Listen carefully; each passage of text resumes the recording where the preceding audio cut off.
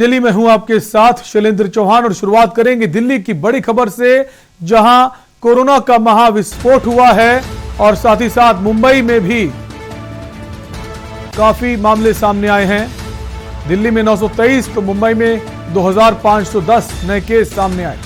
जयपुर में भी 88 पॉजिटिव मिलने से हड़कंप मच गया है।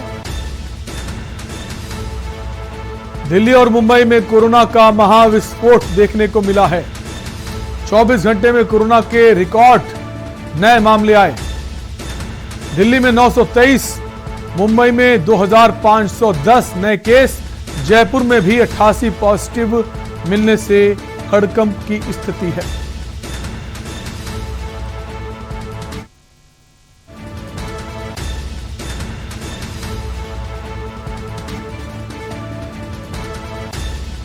तो कोरोना के आंकड़ों में बढ़ोतरी देखी जा रही है।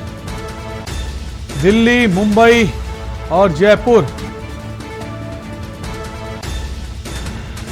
कोरोना का महाविस्फोट हुआ है। दिल्ली और मुंबई में 24 घंटे में कोरोना के रिकॉर्ड मामले सामने आए हैं। दिल्ली में 923, वहीं मुंबई में 2510 नए केस सामने आए। वहीं जयपुर में 88 पॉजिटिव मिले हैं।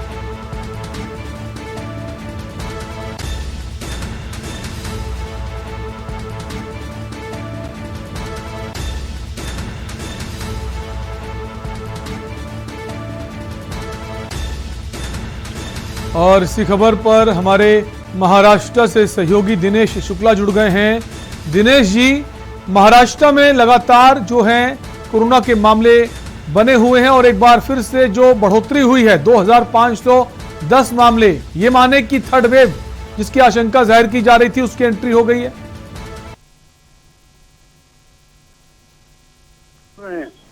आज 2510 मामले नए मामले आए, वहीं 251 मामले करीब मरीज ठीक होकर के भी गए हैं। जी दिनेश जी, कैसे देखें ये जो लगातार महाराष्ट्र में मामले बने हुए थे, अचानक से एक उछाल आया है, तो क्या इसे थर्ड वेव की तरह देखें? देखिए, लगातार दिन प्रतिदिन बढ़े। पिछले मंगलवार को कल 1377 नए मामले सामने आए थे और इसी के साथ मामले इसलिए बढ़ रहे हैं कि लोग जो हैं अभी सड़कों पर जो निकल रहे हैं वो जो नियमों का दिशा दिया, नियमों का पालन सही ढंग से नहीं कर रहे हैं और बाहर से आने वाले लोग भी संक्रमित पाए जा रहे हैं। अब आने वाले समय में अगर इसी तरह से मामले बढ़ते रहे तो स्थिति भयावह हो सकती है। जी दिनेश, क्या महाराष्ट्र सरकार फिर से सख्ती लागू कर सकती है, एक आंशिक लॉकडाउन की घोषणा कर सकती है जिस तरह से मामले बढ़ते जा रहे हैं? जिस तरह से मामले बढ़ रहे हैं वो महाराष्ट्र सरकार जो है सख्ती लाने का भरपूर प्रयास करेगी और कर रही है, क्योंकि नाइट कर्फ्यू भी लागू कर दिया है और वहीं जहां पर सामान्य, जहां पर जैसे शादी था, विवाह था और जगह जो थे उसमें भी नियमों को सख्ती किया है। लेकिन जिस तरह से मामले बढ़ रहे हैं ये देखते हुए आने वाले समय में और सख्ती की जा सकती है। बहुत बहुत शुक्रिया दिनेश जी हमसे जुड़ने के लिए।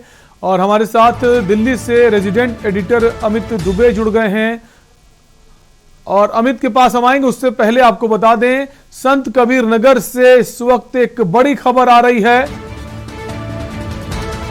170 यात्रियों को लेकर पूर्णिया बिहार जा रही बस पलट गई। हादसे में 4 लोगों की मौत हो गई, वहीं सैकड़ों की संख्या में लोग घायल हुए हैं। पुलिस और स्वास्थ्य विभाग का रेस्क्यू ऑपरेशन जारी है।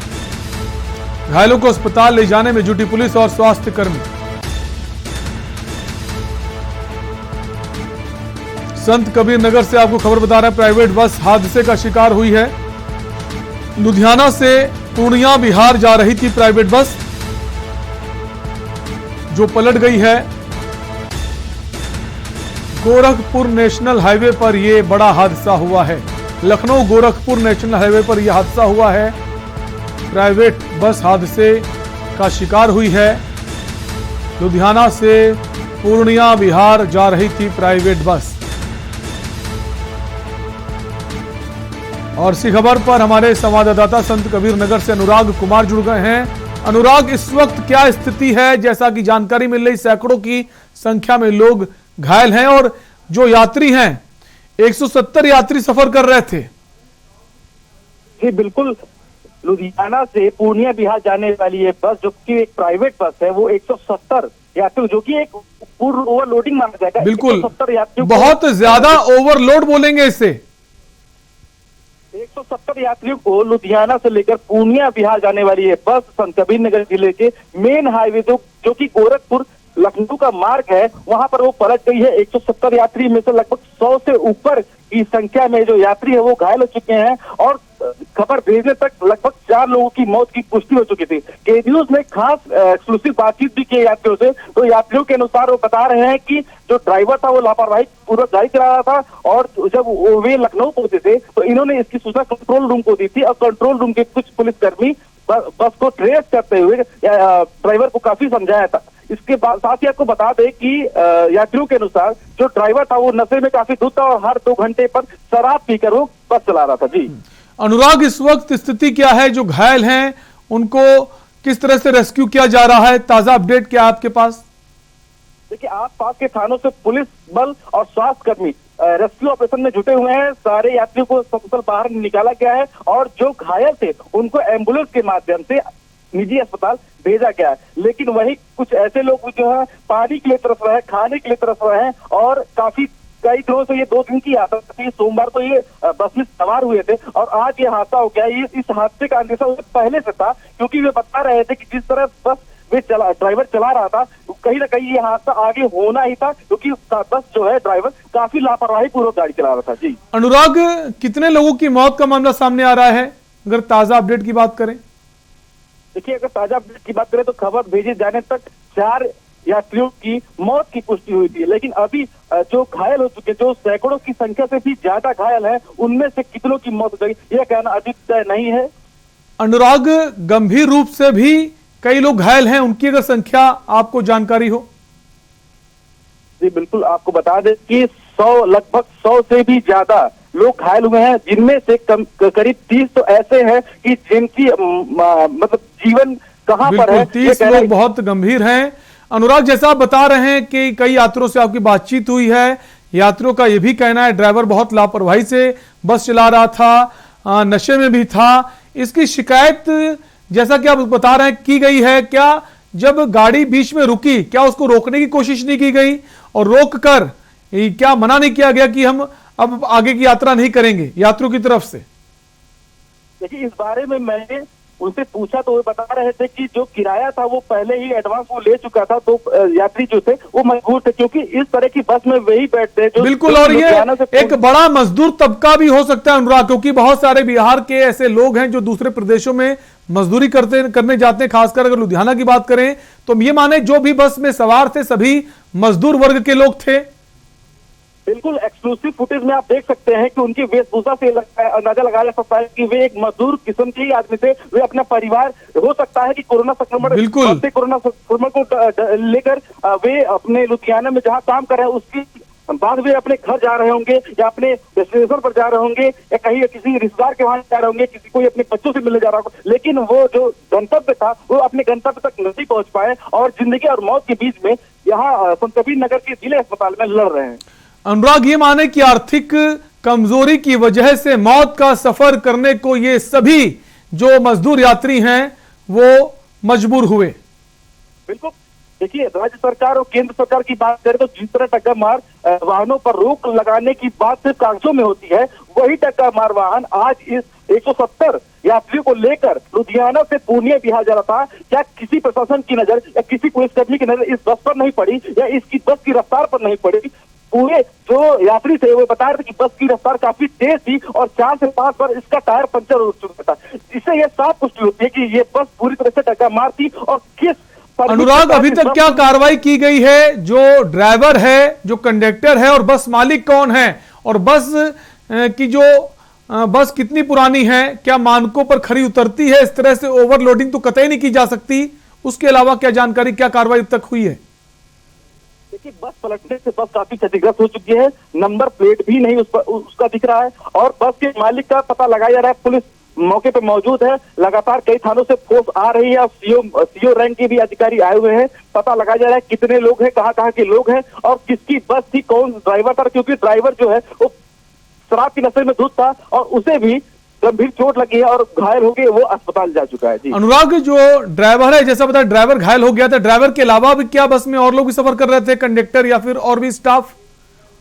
देखिए, इस तरह की बस में लगभग 2 ड्राइवर होते हैं और एक कंडक्टर होता है और एक उसमें जो है स्टाफ होता है, वो सारे देख रेख करता है। सबसे बड़ी बात यह है कि इन सारे बसों में मजबूरी ये हो जाती है कि अगर बस में यात्री चढ़ते हैं तो वो मजबूर इसलिए होते हैं क्योंकि उनका किराया वहीं पर एडवांस जमा हो जाता है। अगर ऐसा नहीं होता या अपने डेस्टिनेशन पे पहुंचने के बाद उनसे किराया ले जाता है या फिर रास्ते में टिकट करते तो कहीं ना कहीं कुछ यात्रियों सुरक्षित बच सकते थे। लेकिन अभी जो फिलहाल बता रहे हैं कि सैकड़ों से ज्यादा की संख्या में जो यात्री मौत और जिंदगी के बीच में जूझ रहे हैं, उनका अभी अंदाजा नहीं लगाया जा सकता कि वे बचेंगे या नहीं। अनुराग, जो जैसा आपने बताया बस के ड्राइवर 2 ड्राइवर होते हैं, कंडक्टर होता है, एक और क्लीनर होता है, तो सभी घायल हैं या फिर अभी उसमें कुछ ठीक भी हैं? देखिए, एक्सक्लूसिव फुटेज से आप देख सकते हैं कि बस की हालत क्या है, बस की स्थिति क्या है। तो दोनों ड्राइवर गंभीर रूप से घायल हैं और आपको बता दें कि मोटी मोटा 170 यात्री जितने भी सवार थे सबको हल्की फुल्की चोट लगी है। लेकिन उनमें से जो लगभग 70 यात्री हैं वो फिलहाल अभी उस घटनास्थल पर मौजूद है और चलने फिरने की हालात में है। लेकिन 100 का आंकड़ा है वो यात्रियों का, जो कंडक्टर थे, जो परिचालक थे, जो ड्राइवर थे, ये लोग की हालत अभी थोड़ी सी गंभीर बनती जा रही है और ये कहना बड़ी मुश्किल है कि इनका क्या होगा। एक बड़ी लापरवाही है, नशे में होना ये लापरवाही है, इतनी सवारी बैठाना ये लापरवाही, और मजबूरी इन यात्रियों की, मजदूरों की ये है कि इनके पास इतना पैसा नहीं था। अगर इनको पता होता इस तरह का ड्राइवर होगा तो शायद ये इस पर सफर ना करते, किराया एडवांस में वसूला जा सका था। ये बड़ा कारण है कि इनके पास कोई दूसरा रास्ता ही नहीं था सफर करने के अलावा। जी बिल्कुल, कुछ यात्रियों ने कंट्रोल रूम को फोन भी किया था। जिस तरह के न्यूज ने एक्सक्लूसिव बातचीत की यात्रियों से, उन्होंने बताया कि हमने कंट्रोल रूम को फोन भी किया था और रास्ते में 2-3 बार ट्रेस करते हुए पुलिसकर्मी उस बस का पीछा किया और उस बस को रोके, सिर्फ समझा बुझाकर उन्हें छोड़ दिया गया था। ये कहा बिल्कुल कोशिश बहुत की, जितनी कर सकते थे, चूंकि मजदूर वर्ग है, बहुत ज्यादा पढ़ा लिखा नहीं होता, लेकिन जितनी कोशिश की वो की, लेकिन कोशिश नाकाफी थी क्योंकि नशे में इस तरह से धुत थे। बस के जो चालक थे, कंडक्टर थे, क्लीनर थे, उनको कोई होश नहीं था और आखिर में यह हादसा हुआ, दुखद हादसा हुआ, जिसमें कई की जान चली गई। बहुत लोग जिंदगी और मौत से जंग लड़ रहे हैं। बहुत बहुत शुक्रिया अनुराग इस खबर पर हमसे जुड़ने के लिए। तो एक्सक्लूसिव तस्वीरें आप देख सकते हैं। इस वक्त संत कबीर नगर में एक सड़क हादसा हुआ है। 170 लोग इस बस में सवार थे, जो कहीं से जो मानक हैं वो मानकों के विपरीत हैं। भयंकर ओवरलोडिंग का मामला है, नशे में गाड़ी चलाने का मामला है। अब देखना होगा प्रशासन क्या कार्रवाई इस पर करता है। और देश डेली वक्त एक ब्रेक का है, बने रहिए हमारे साथ। आप देख रहे हैं के न्यूज, खबरों का सारथी। उत्तर प्रदेश, जहां बदलाव अब दिखता भी है और महसूस भी होता है। इलाज के लिए बेहतर स्वास्थ्य व्यवस्था, गरीबों के लिए मुफ्त राशन, प्रदेश के हर गांव के हर घर में इज्जत घर अब यूपी की नई पहचान है। योगी राज में अपराध नहीं, अपराध के प्रति जीरो टॉलरेंस की नीति पर काम हुआ है, जिसके चलते प्रदेश में अपना पलायन की बात है, न रंगदारी का डर। अपनी साफ नीयत, स्वच्छ छवि और दमदार काम से योगी सरकार ने देश में उत्तर प्रदेश को एक नई पहचान दी है। बदला सोच, ईमानदार, काम दमदार। खुदी को आजमाया है तो ये अंदाज आया है, खुदी को आजमाया है तो ये अंदाज आया है। तुम में भी मैं हूं, शुद्ध प्लस पान मसाला। नमस्कार। कोरोना का एक नया वायरस आया है, ओमिक्रॉन। ये बहुत तेजी से फैलता है। आपका बेटा, आपका भाई होने के नाते मुझे आपकी सेहत और आपकी ज़िंदगी की बहुत फिक्र है। हाथ जोड़ के आपसे विनती है, घर से कम बाहर निकलें, हमेशा मास्क पहन के रखें।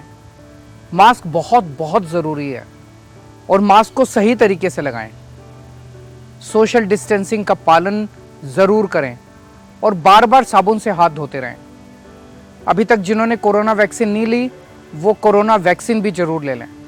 हम 2 करोड़ दिल्ली वासियों ने जैसे पहले कोरोना का मुकाबला किया था, वैसे इस बार हम सब मिलके ओमिक्रॉन को भी हराएंगे।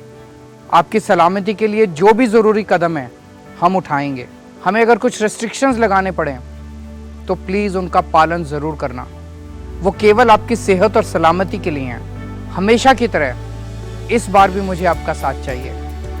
हर दिल्लीवासी अगर नियमों का पालन करेगा तो इस बार भी कोरोना ज़रूर हारेगा। जय हिंद।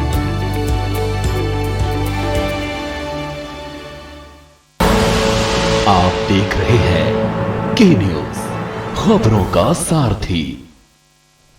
ब्रेक के बाद एक बार फिर आपका स्वागत है। आप देख रहे हैं देश डेली। दिल्ली में कोरोना के बढ़ते मामलों को लेकर सरकार ने येलो अलर्ट जारी कर दिया है, जिसके बाद दुकानें ऑड इवन के फॉर्मूले से खुलेंगी। दिल्ली की नागलोई मार्केट का जायजा लिया हमारे संवाददाता ने। कोरोना महामारी के चलते दिल्ली सरकार ने कल एक आदेश जारी किया था, जिसके तहत दिल्ली की सभी मार्केट ऑड इवन के नियम के हिसाब खुलनी थी। इस वक्त हम खड़े हैं नागलोई की एक जनता मार्केट में, जहां सभी दुकानें नियम से नहीं खुली गई है। सारी मार्केट खुली हुई है। लोगों ने बिल्कुल आदेश की अवहेलना करी है।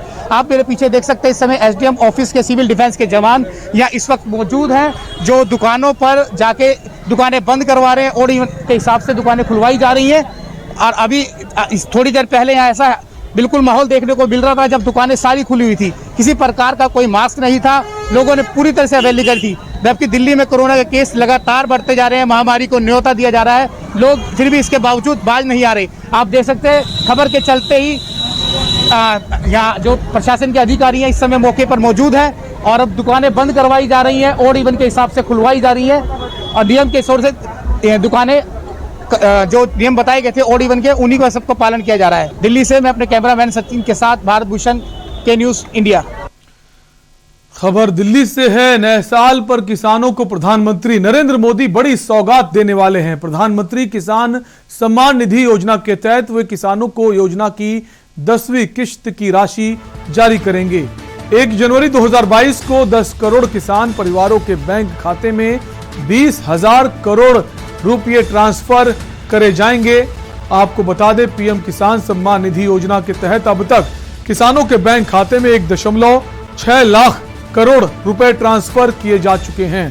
प्रधानमंत्री कार्यालय द्वारा जारी किए गए प्रेस रिलीज में बताया गया है कि 1 जनवरी 2022 को दोपहर 12:30 पर वीडियो कॉन्फ्रेंसिंग में जो कार्यक्रम है उसमें पीएम किसान सम्मान निधि योजना के तहत प्रधानमंत्री किसानों के बैंक खाते में पैसे ट्रांसफर करेंगे।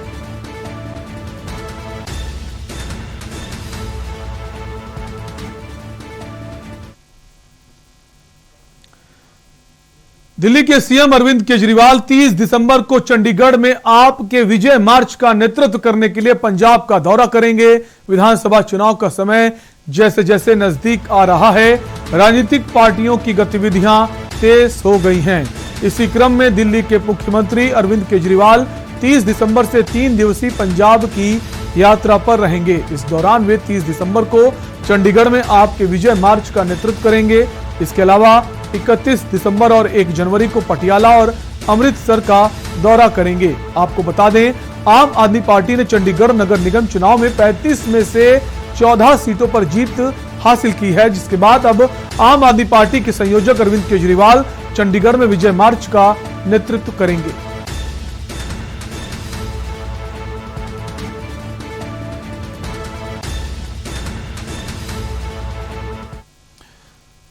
खबर चंडीगढ़ से है। पंजाब के चरणजीत सिंह चन्नी सरकार ने विधानसभा चुनाव के मद्देनजर एक